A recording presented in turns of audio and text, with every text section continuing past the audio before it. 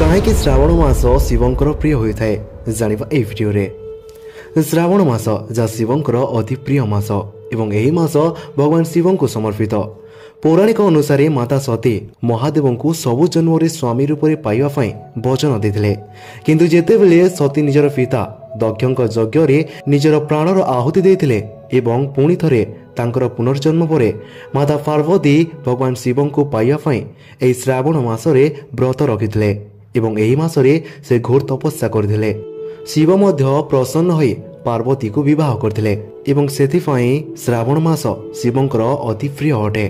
श्रावण मासरे भगवान शिव को विशेष रूप से अभिषेक करा जायथाय एवं यही अभिषेक पछरे एक पौराणिक कथा उल्लेख रही कि जेतेबेले समुद्र मंथन होइतिला तो सेतेबेले जो विष उत्पन्न होइतिला ताहाको भगवान शिव पान करथिले एवं एइथिफाई तांको नीलकंठेश्वर कहाजाए।